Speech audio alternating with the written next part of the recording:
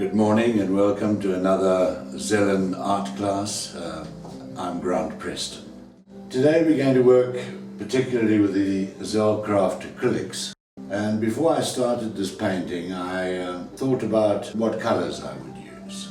Something near the sea, so I've chosen ocean. Then I've chosen the sunlight reflection colours, which will be my dark orange and a yellow. For the sea I've chosen three blues. I've got the blueberry, which is a favourite colour of mine. That's my dark blue at the bottom. The next one is a straight blue and then a sky blue. The darker, medium and light tone. And then for just that sunset ambiance, I've got a lavender and I think it's a mystique. Right, today we're going to start off by using a long spatula. We're going to take our first colour. This is our basic background colour, sort of with some geometrics. So I'm just going to see what happens by putting it, but don't overpaint it at this stage. Now I go with my spritzer and I just keep everything nice and wet. So our next blue is the next one up in shade value, and this is just called standard blue.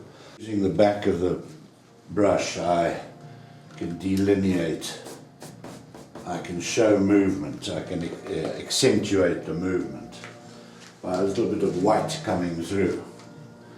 You can see it at one. There's a better example of it. Now we use our lightest colour, remembering that probably light will source from somewhere in the painting. We'll discover where it's going to tell us later. Just subtly blend them now where things are happening we don't really want to happen, but just blending it in. This is a sponge roller. Keeping where the lines work, keeping your lines. That was spoiling that line, so I'll take, now that's quite a nice line there, so I want to keep that, the strength lines. Here we need a bit of blending.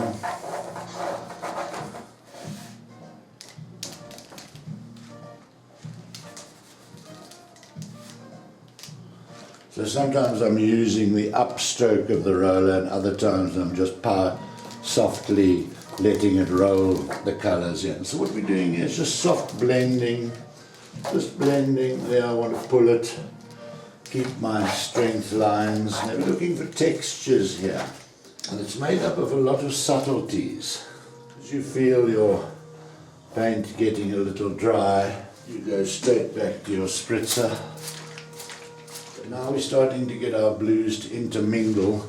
Here's a little blue that's not wanting to work together. So I just blend it in with my hand. Here later on we'll see. I'm just going to take that paint off there because it's a little too wet and it might carry over with the next colour.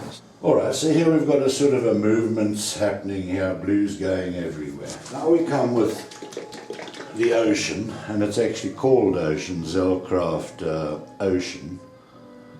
Lovely colour this. And we can use the same brush. I don't think you have to have clean brushes, then you can get a little strange with this one. You don't have to overdo the colour either. But the nice thing about what we call happening painting is that everything's fixable. You know, if it's because you're working in acrylics, the good thing about acrylics is that you don't have to wait 3 weeks before you can do the next layer of work. It's just putting little thin layers on top of each other. So acrylic, if you use it in a watered down version, is very translucent. It allows light through and you get these lovely senses of luminosity. When you're judging any acrylic paint, or any paint for that matter, we always look at colour fastness and cover.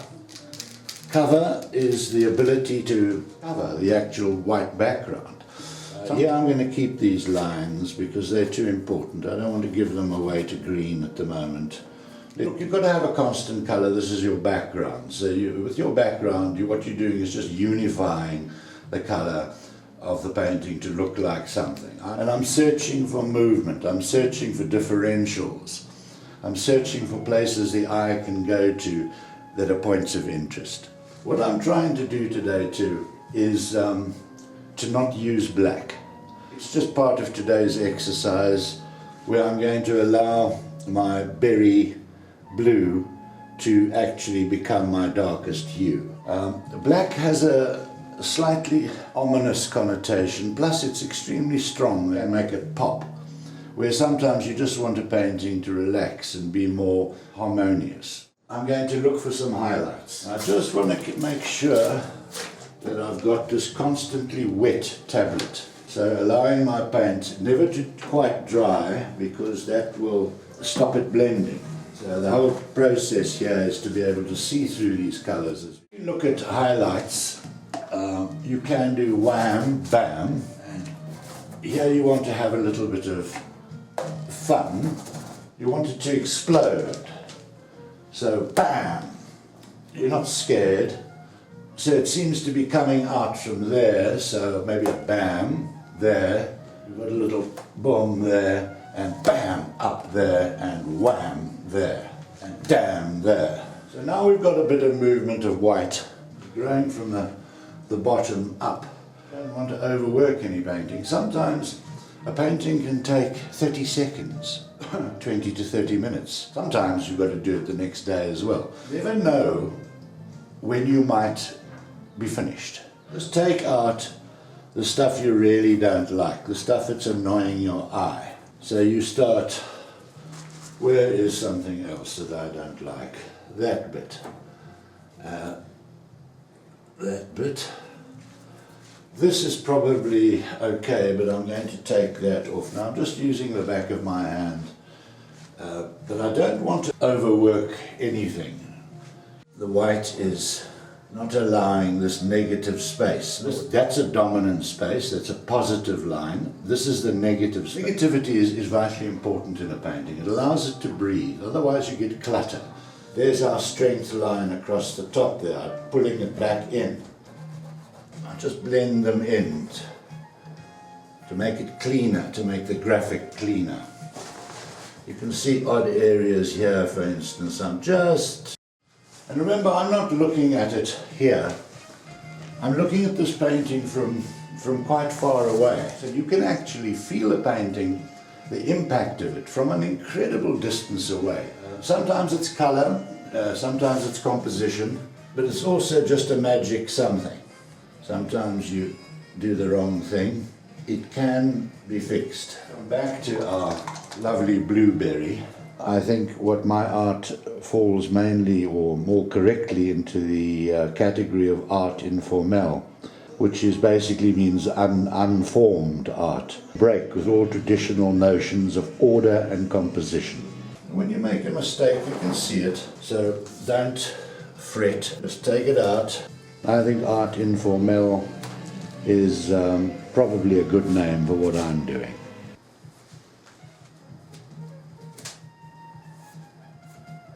I still don't see no necessity to put black into the painting, so I'm going to hold out as long as I possibly can. And it's possible that I will.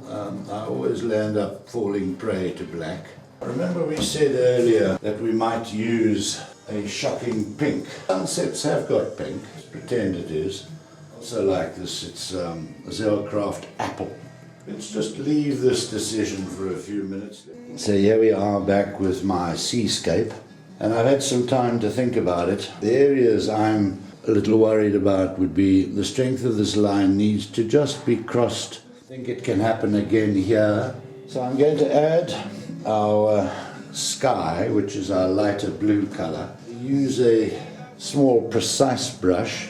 Just make sure my consistency of the paint is right. Nice and runny. And I'm going to come across it from there. So I'm going to do that, which will give it more of the sea. And then there's my water again, just my spray. And I'm even going to do another one there, but I'm not going to do it from this angle. I'm going to do it from the top. And again, making sure I load the brush correctly. Put a bit in there, and possibly looks like I might need just a little here, just down there to liven that area. And I think that is it. While it's wet, take my hand and just pull it down. So here I'm not going to use any of my accent colors. What I'm doing here now is I'm just strengthening my darker areas. I didn't feel as though there was enough of a contrast. So I've come back to the painting just before I finish, just to add a few little defining, just to give it some depth here and there. So remember that it seems to be that the dark comes from the outside in. So there's a tendency to do this type of thing, to come from there, from the outside in. So I'm just helping it become more differentiated. Give the painting some dynamic. Something you think the painting needs, you can go back and just put it in. Yes, that looks a bit better. Let's have a look at a final.